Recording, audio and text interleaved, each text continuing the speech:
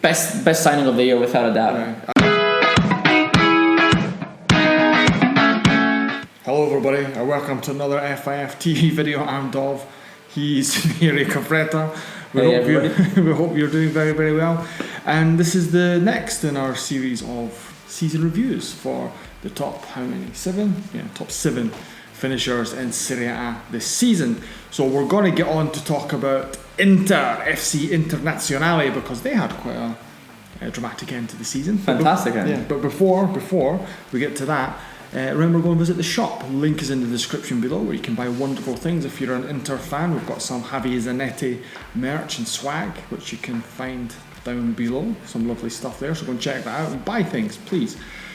Right, Vieri. So, season review. We'll start with Inter season in general. What happened? Well, it's all defined by the results. This is the end, isn't it? Because the objective was to come forth. So we'll repeat this throughout the review. This is a premise we have to say immediately. You know, the whole judgment of every single bit of it, individual players, the club, the whole season would have changed dramatically had they not scored that last minute winner against Lazio. So the final game is the crucial one. Yeah. Obviously, we have to remember they were almost seen as Scudetto contenders in November, December. Where they were top of the league. And I remember being at the stadium at the San Siro, and all the Inter fans were shouting about being the best in the country. And they were doing well. They got some big results, like a draw away at Juve. I think even we said that they could potentially be there in videos back at the time. Yeah, I think they could keep it up. I think we all thought they could have kept it up slightly longer than they eventually did, because they didn't have any one game a week. Yeah, they didn't have any European distraction. So obviously it didn't happen, and eventually they got back on track and got the result they needed, which is Champions League football.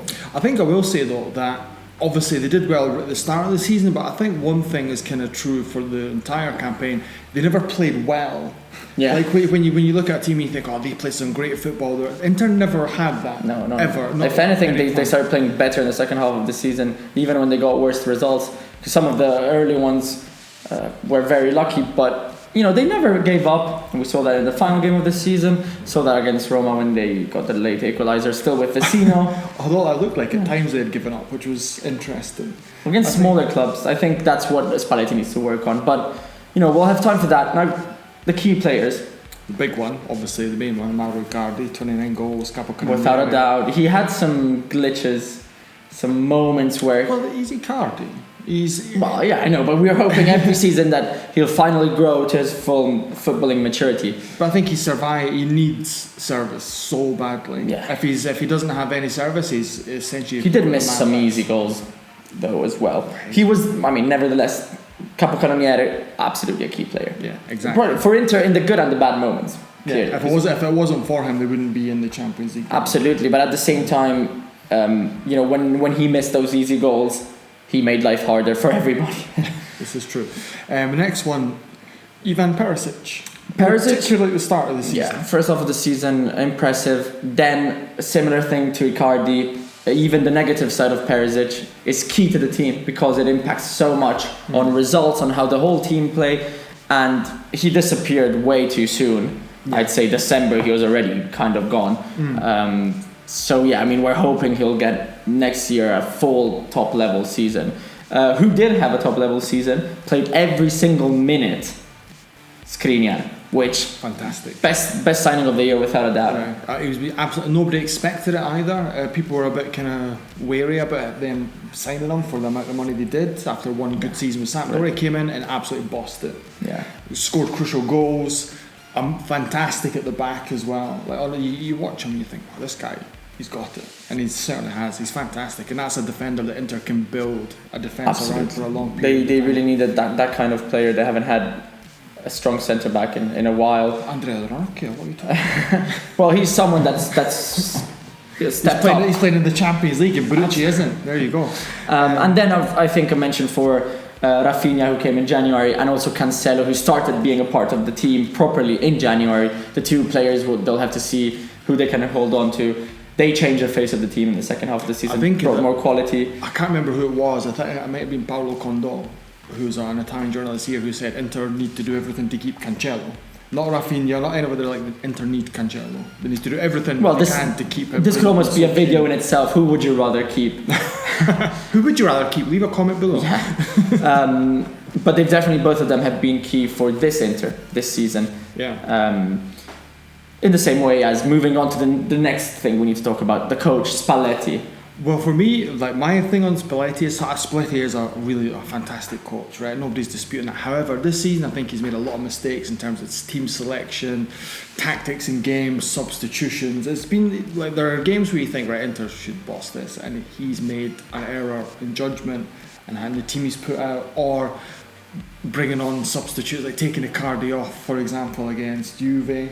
In hindsight, it's easier. Right, yeah. In hindsight, that's why we're here. Because if we were good at doing it, we wouldn't be here. We'd be sitting coaching Inter and telling them how amazing they are. But I think there are times where he's got it wrong, and that's. He got them to that top four finish, which, but that's all we're judging their season on. We said it already. It's so important. That was the objective. He got them in there, and he tried to mold the mentality of the players, the group, to kind of lift it up from that whole rhetoric of we're Inter, we bottle things. But that's the thing, they almost did. They did it. They're back in the Champions League after 6 years, so I think credit to Spalletti for that. Yeah, you know what? Well, he should get some credit, but I think we should also say during the season there are times I think he was far too critical of players, like calling them out all the time, and I think he did a bit of a Mourinho in that. Yeah. He was very critical about his players. And it was like really always focusing on the mentality. Every time they lost or the bad, it was always this mentality is bad. The mentality that the players don't have the right mentality. Well, eventually they did. Yeah, but it's things like that, right? You can maybe get away with it this season because you qualify for the Champions League, but how often can you get away absolutely. with it? I think this season it was quite easy for him to do well because you come fourth, you've done something that no other coach has done in 6 years, and you got Champions League. But next season, he can't have a similar kind of season as this one. He'll need to do better, or he'll probably fail. We'll get onto that. Well, exactly. In the future, first off, the key moments of the season for Inter. I think at the start of the season, the draws with, Juve? Yeah, in the first half of the season, they drew at the San Paolo, at the Allianz Stadium. They got a win in Rome, which was very lucky against Roma, but which also showed how they had that kind of mentality of never giving up. They won the derby 3-2, last minute winner with Icardi. So all these moments that showed how positive and good they were great. That's why we were talking about almost like a Scudetto contender. They didn't lose any of the direct games against the opponents. And then obviously in the second half of the season, it wasn't the same kind of thing until the final couple of weeks. Yeah, well, I think like the game against Juve where they were with 10 men, that for me was probably their best performance with 10 men of the entire season. They were amazing in it. It was fantastic to watch. And then obviously with those two late goals that gave Juve the win, you could kind of see it crushed the spirit of the Inter players because they thought one, they'd handed Juve the title and they had basically lost Champions League in that 10 minutes. Yeah, and you saw that against Sassuolo as well, that they weren't able to win. But then the following week, it all changed in Rome. Thanks to Walter Zenga and Crotone, and of course to Vecino, probably the worst player on the pitch until the late winner. But it's Champions League football, so that has to be the key. That's one of the key moments of the whole Serie season. Now going into the future with the Champions League, Inter will be going to the Champions League next season. They need to build on this, on the money that's coming in, and the next step has to be the Scudetto. Well, yeah, I think that as well with the money they need to use it wisely. I think too often they've just thrown money around in the likes of Gabigol and John Mario, and they've just spent loads of money thinking they're getting a great, fantastic player, and it's not worked out. I think they need to really think about where they're investing their money. Absolutely, which is difficult and there to pick Rafinha or Cancelo because you need a right back or a Regista or it's somebody else instead of Rafinha. Pastore is one that they tried to get in January. I think he's still they've got 3 signings coming in for sure. Lautaro Martinez. Yep. It's a young Argentinian striker. To be honest with you, that's all I know about him. No, we don't. Could be a new Gabigol. It could be a new Gabigol. It could be the next Mauro Icardi. Yeah, exactly. We're thinking after the past experience with Gabigol that Inter this time will not have taken the same kind of risk. And then 2 certain free transfers, someone you can definitely count on, like Asamoah and Defay. So that's a great start. I think De Vrij is a fantastic signing because I think with Lazio, he was the fulcrum of that defence. When he was injured, you've seen Lazio's defence crumble. Absolutely. Came back, they were solid again, and I think if you pair him with Skriniar, I think you've got a really. I'm almost thinking De Vrij is very used to playing 3 at the back, and Spalletti doesn't mind playing 3 at the back. Well, I'll give him options as well. It'll give them definitely an option, if not even him saying I'll start with. Especially with the 3. If they keep Jean Miranda as well. Yeah. I'm assuming they keep Jean Miranda now, of course. Yeah, well, apparently he was going to leave for De Vrij, but I think maybe with the Champions League he could stay, and then that could give Spalletti options with. Overall, it'll be great for them to be back in international football with the Champions League, have that like European presence. European nights are back in Milan. Which is great. Thank you, Inter. Proper European nights, yeah. And then they'll have to think. To me, they have to think about the next step, which is they need to challenge. They need to try properly. Properly challenge for the Scudetto, but I think it'll be difficult having the Champions League and trying to do the Scudetto. And they need to hold on to Icardi. That's obviously a key thing looking into the future as well. It's easier, obviously, with the offer of Champions League football on a player. I think he's going to stay. And I think at least he would give one season in the Champions League with Inter to see what happens. Obviously, if a team like Real Madrid or somebody come in, then you could see. Yeah, he could be hesitant, but I think he'll stay for another 12 months, and well, everything's really excited for the Nerazzurri. We'll see what happens next. Exactly. So you've got 12 wonderful months coming up. Champions League football. Can you get a proper Scudetto challenge going on? At least you'll have one until December, and then you see what happens then.